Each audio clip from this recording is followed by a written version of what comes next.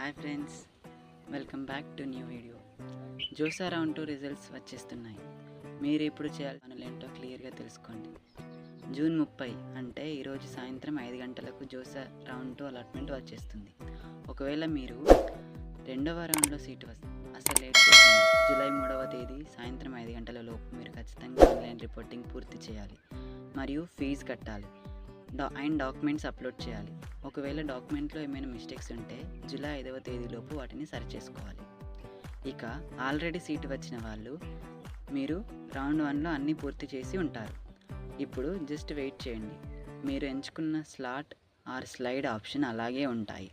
ఒకవేళ రౌండ్ 5 తర్వాత మీరు సీట్ కన్ఫర్మ్ అవ్వాలంటే జూలై 22 నుంచి జూలై 24 మధ్యలో పిఏఎఫ్ అంటే పార్షియల్ అడ్మిషన్ ఫీజు కట్టడం మాత్రం మర్చిపోకండి. ఒకవేళ మీరు విత్డ్రాల్ చేసుకోవాలనుకుంటే రౌండ్ 4 ఐఐటీస్ లేదా రౌండ్ 5 ఎన్ఐటీస్, IIITs వరకు ఆప్షన్ ఉంది. మీకు కౌన్సిలింగ్లో ఇంకేమైనా డౌట్స్ ఉంటే కామెంట్ చేయండి. ఇలాంటి క్విక్ అప్డేట్స్ కోసం ఇప్పుడే మన ఛానల్ని సబ్స్క్రైబ్ చేసుకోండి.